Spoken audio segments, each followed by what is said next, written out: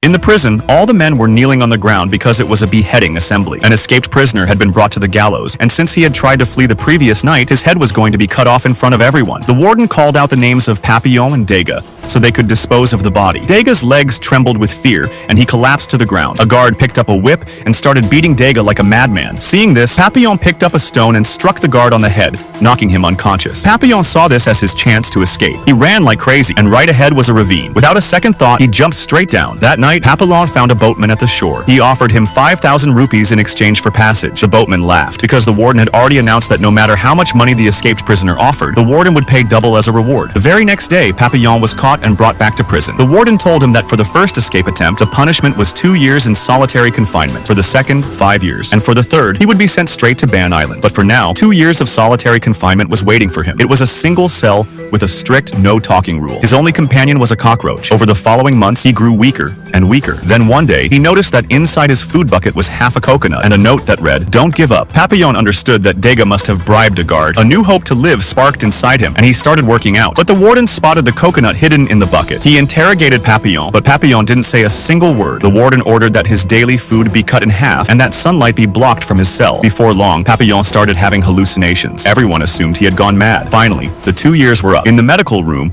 when Degas saw Papillon, he felt deeply guilty. He told him that a lot had changed in those 2 years. When both the doctor and the warden were convinced that Papillon had lost his mind, Papillon quietly told Degas, "Stay calm. I'm just playing everyone for fools." He was actually preparing for his second escape. The two of them made a plan together. Degas said, "The night after tomorrow, the warden and the guards are all going to a show. That's the perfect window." They stole a key, unlocked the door, and arranged a small boat. They pushed forward through the ocean waves. But then, a violent storm hit. When Papillon came to, he found himself lying in a small hut. Local nuns had saved their lives. They said that if the men turned over a new leaf, they could find shelter there. But Papillon saw that guards were closing in on them. He ran again, pulled Degas along, but they were just one step too slow. Both were caught again. Now, 5 years of solitary confinement awaited them. 5 years later, when Papillon came out, his hair had turned white. He knew that this time he was going to be sent to Devil's Island, a place with no boats, no guards, just a slow wait for death. That's when he spotted Degas. Degas had been sent directly to Devil's Island 5 years ago. He was passing the days by painting, and he advised Papillon to give up any idea of escaping. But one day, Papillon woke Degas up